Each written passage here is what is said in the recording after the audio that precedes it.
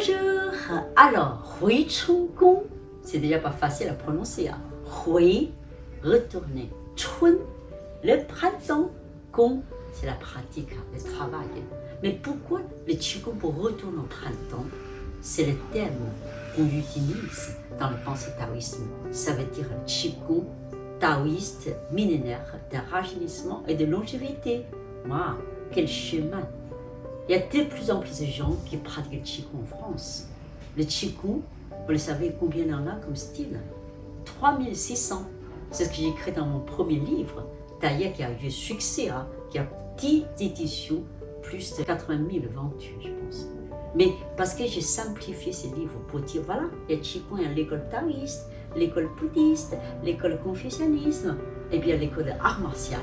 Et tout ça, c'est le nom différent. Fin de compte, toute la pratique va baser l'harmonie du corps qui fait le mouvement et du cœur, c'est le monde émotionnel, le monde psychique. Et puis aussi le corps spirituel, l'élévation de l'être et la présence en face du monde. Donc, les trois choses, Qin Qi, l'essence, le souffle et le Shen, l'esprit, rejoignent comme une unité de souffle. Après, le chemin commence. Donc, Hui Chun Gong, par rapport aux autres Qigong, réside vraiment dans cette grande pensée de philosophie taoïste. La grande douceur produit la grande puissance. Le mouvement il se trouve dans une poésie magnifique. Donc, c'est une école depuis déjà 25 ans dans du corps.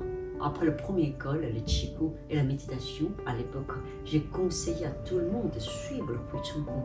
Vraiment, ça rapproche le phénoménologie dans le terme moderne. C'est l'instant, il y a une résonance. L'instant, c'est l'unité des ressentis de l'esprit, mais finalement, c'est dans le signal corporel. Il va faire une symbiose, une résonance, et l'extérieur devient l'intérieur, l'intérieur devient l'extérieur. Hui Chun Gong, cette année, j'ai décidé de le faire entièrement dans notre nouveau lieu, le moulin de la fleur d'or. Pourquoi?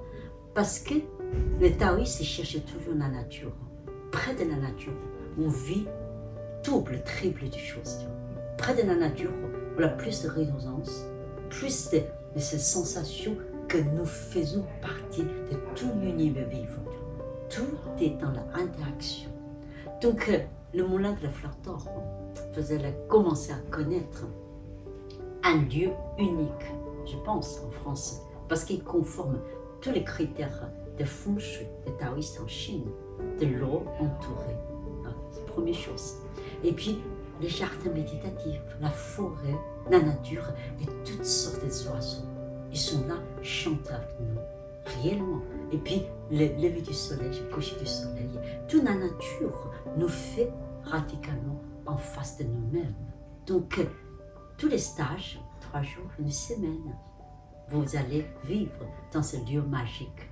Donc, ça nous permet de pénétrer aussi dans le sutra taoïste. Tout le monde connaît peut-être Tao Te Ching, Tao Te King. Wow. C'est le 3e livre après la Bible au niveau de spiritualité qui est lu autant de personnes dans le monde.